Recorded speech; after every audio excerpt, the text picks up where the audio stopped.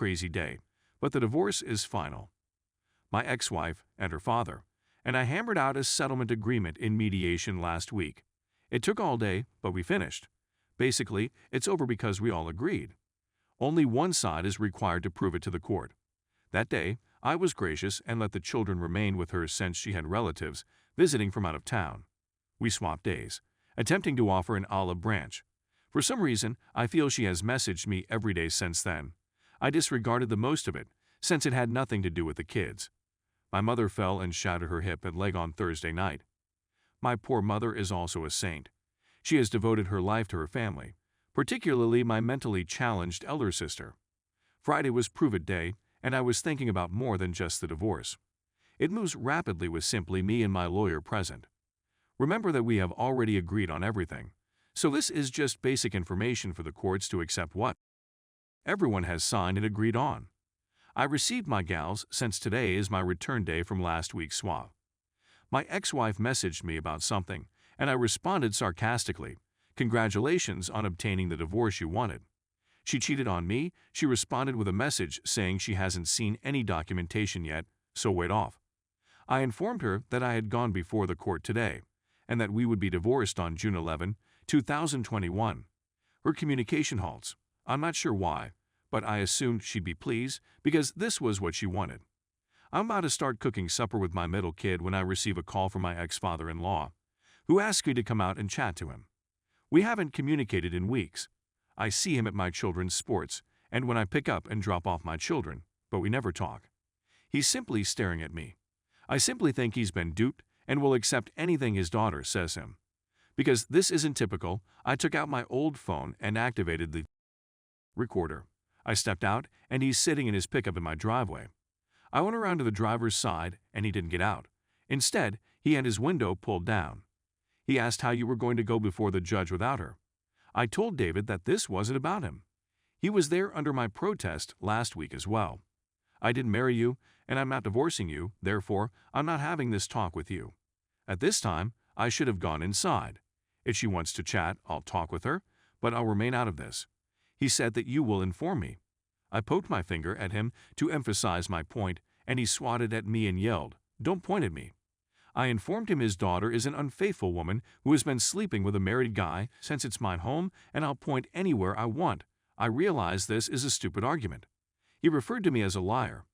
I said that she had slept with more than one married guy and wrecked households. He pretended to be astonished at first, then inquired as to how I would know. I said that I had seen the invoices and paperwork. In addition, I spoke with the cheater's ex-wife. He reaches a point when he is unconcerned about the cheating. I wasted all of the money, he claims. She recently received thousands of dollars, and if he had to live with me, he would have cheated as well. He claimed to know everything. I said, I suppose not if you're unaware of her having relationships with married guys. His other two daughters have followed suit. I inquired as to how it felt to raise 3 adulteresses, that his facilitation is a contributing factor to the issue. What would his father think? His father was a very pious guy. He raised his beep. Well, I was very angry, but maybe I crossed a boundary. He reaches out and punches me in the arm. I protect myself and retaliate. I order him to come to a halt. I don't want to go to war with this old guy. He begins ranting at the judge once more. I explain the procedure, but he is still upset, claiming that their attorney failed to inform them. Not my fault. He begins to accuse me of being insane and that my son, his grandson, will be exactly like me. I told him he'd be a nice guy and that I hope he didn't marry a beep. He retracts his statement and insists that this isn't the end of the story. He revs his motor, and I'm afraid he's going to run over me. I take a step closer to our sturdy in-ground basketball goal. I'm not sure how long this will last, but it's all I've got till he eventually departs. I phoned the police, who took a report, but I chose not to prosecute charges at this time. I have 2 years to do something about it. The cops went to my ex's house and talked with her and her sister, who is also insane. She could be her own post. Her father was not at home at the time. While I was speaking with the cops, my sister arrived to my residence. My daughters are waiting for me now that I've returned inside. I had to fill them in on a few details, since I think one of them saw the cops. They decided to go to bed since it was almost 10 o'clock. It was a somewhat depressing way to conclude the day. I hugged them and assured them I loved them and would keep them safe. I'm not sure what "this is not over" actually means, but I'm guessing he, ex-father-in-law, has something in the works. Nobody knows what he's thinking. I hope all of this nonsense made sense. I'll keep hope that things will improve from here. The fundamentals have been updated. Thursday night, my mother collapsed and shattered her left leg and hip. She had surgery on Friday morning. While she was in surgery, I went before the court to show my mediation in order to finalize my divorce. There is one more piece of paperwork that needs to be turned in.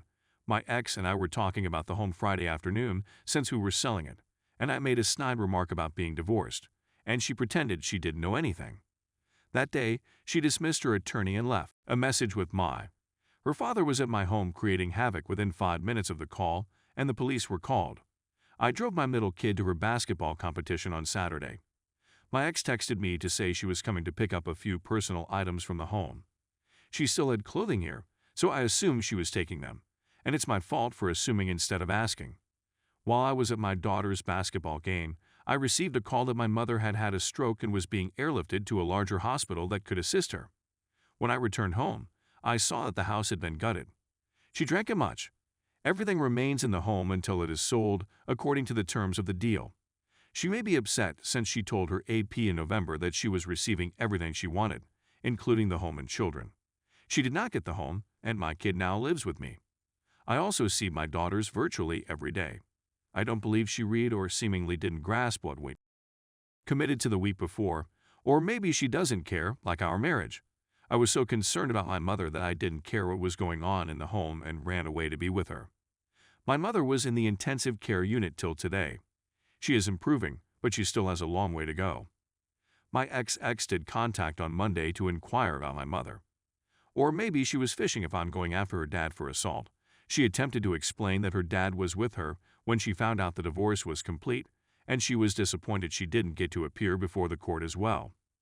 She assured me that I would do the same for my daughters. She also stated that she didn't know why she left, and that he didn't come to my home until it was finished. She said that she dismissed her attorney because she wanted revisions to our mediation deal. This agreement is stated at least 3 times. My mediator and my lawyer both told me the same thing.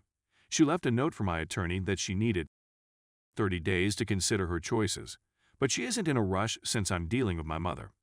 I texted my attorney, telling her I don't trust her and requesting that she complete the remaining piece of paperwork. We'll see what happens since she did it yesterday.